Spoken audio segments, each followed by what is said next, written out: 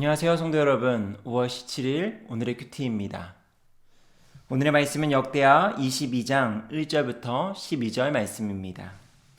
예루살렘 주민이 여호람의 막내 아들 아하시아에게 왕위를 계승하게 하였으니 이는 전에 아라비아 사람들과 함께 와서 진을 치던 부대가 그의 모든 형들을 죽였습니다. 그러므로 유다 왕 여호람의 아들 아하시아가 왕이 되었더라. 아하시아가 왕이 될 때에 나이가 42세라. 예루살렘에서 1년 동안 다스리니라. 그의 어머니의 이름은 아달라요 오므리의 손녀더라. 아하시아도 아합의 집 길로 행하였으니 이는 그의 어머니가 깨어 악을 행하게 하였음이라.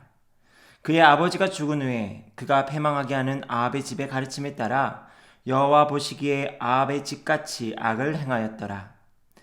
아하시아가 아합의 집의 가르침에 따라 이스라엘 왕 아합의 아들 요람과 함께 길르앗 라못으로 가서 아람 왕 하사엘과 더불어 싸우더니 아람 사람들이 요람을 상하게 한지라. 요람이 아람 왕 하사엘과 싸울 때에 라마에서 맞아 상한 것을 치료하려 하여 이스라엘로 돌아왔더라. 아합의 아들 요람이 병이 있으므로 유다 왕 여호람의 아들 아사랴가 이스라엘에게 내려가서 방문하였더라. 아하시아가 요람에게 감으로 해를 입었으니 이는 하나님께로 말미암은 것이라. 아하시아가 갔다가 요람과 함께 나가서 님시의 아들 예후를 맞았으니 그는 여호와께서 기름을 부으시고 아합의 집을 멸하게 하신 자이더라. 예후로 하여금 아합의 집을 심판하게 하실 때에 유다 방백들과 아하시아의 형제들의 아들들 곧 아하시아를 섬기는 자들을 만나서 죽였고, 아하시아는 사마리아에 숨었더니 예후가 찾음에 무리가 그를 예후에게로 잡아가서 죽이고 이르기를 그는 전심으로 여호와를 구하던 여호사밧의 아들이라 하고 장사하였더라. 이에 아하시아의 집이 약하여 왕위를 힘으로 지키지 못하게 되니라. 아하시아의 어머니 아달랴가 자기 아들이 죽은 것을 보고 일어나 유다 집의 왕국의 씨를 모두 진멸하였으나 왕의 딸 여부사부앗이 아하시아의 아들 요아스를 왕자들이 죽임을 당하는 중에서 몰래 빼내어 그와 그의 유모를 침실에 숨겨 아달랴를 피하게 하였으므로 아달랴가 그를 죽이지 못하였더라. 여호사부앗은 여호람 왕의 딸이요 아하시아의 누이요 제사장 여호야다의 아내이더라. 요아스가 그들과 함께 하나님의 전에 6년을 숨어 있는 동안에 아달랴가 나라를 다스렸더라.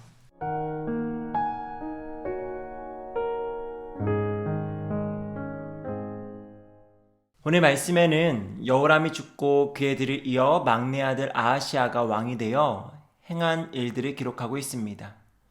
특별히 그가 아합의 집 길로 행하였고 아합의 집같이 악을 행하였다라고 말하며 아합의 집의 죄악됨에 발을 들여놓은 것을 안타깝게 소개하고 있습니다.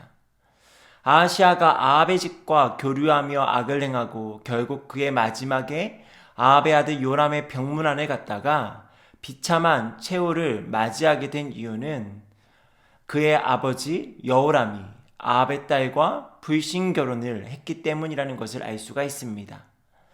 아합의 딸 아달랴로 인하여 여호람도 범죄하여 비참한 최후를 맞게 되었는데, 눈여겨보게 되는 것은 아달랴의 악한 영향력은 그의 남편에게서 끝이 아니라 그의 아들에게까지 미치게 되고 심지어 유다 나라 전체에 미치는 것을 보게 됩니다.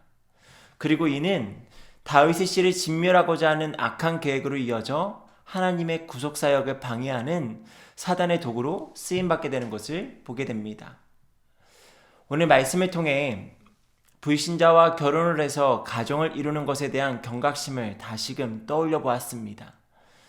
저의 두 자녀들, 딸들이 아직은 너무 어리지만 아이들과 이야기를 나눌 때에 두 가지의 조건만 있으면 이후에 남자친구를 만나도 좋다라는 이야기를 나눈 적이 있습니다.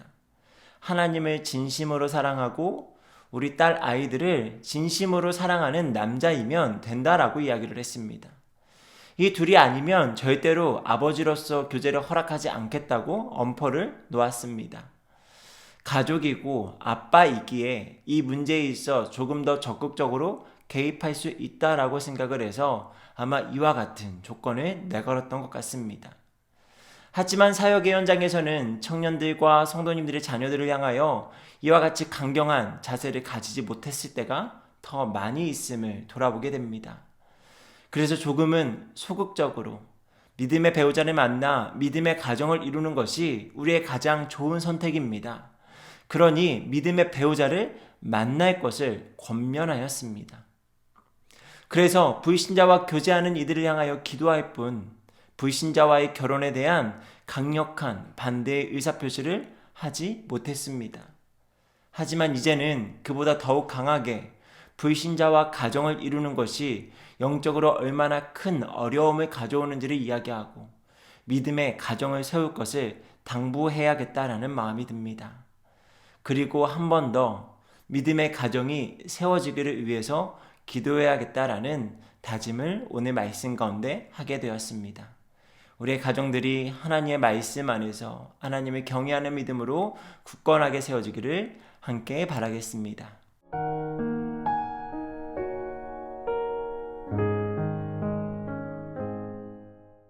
사랑의 하나님 아버지, 믿음 있는 자가 믿음 없는 불신자와 결혼을 하여 가정을 이루어 자녀들이 나고 그렇게 이어지는 세대 가운데 악한 행위들이 이어지는 것을 볼 때에 하나님, 우리 모든 믿는 자들이 믿음 안에서 연합하게 하시고 불신자와의 결혼이 아닌 믿는 자와 결혼하여 아름다운 천국 믿음의 가정을 세워 하나님께서 기뻐하시는 복음 전파의 사역이 이루어질 수 있도록 인도하여 주시옵소서. 하나님께서 우리의 마음을 새롭게 하시고 그렇게 가정이 연합되어지는 가운데 하나님의 나라가 확장되어지는 것들을 우리 모두가 보게 하여 주시옵소서. 예수님의 이름으로 기도드립니다. 아멘.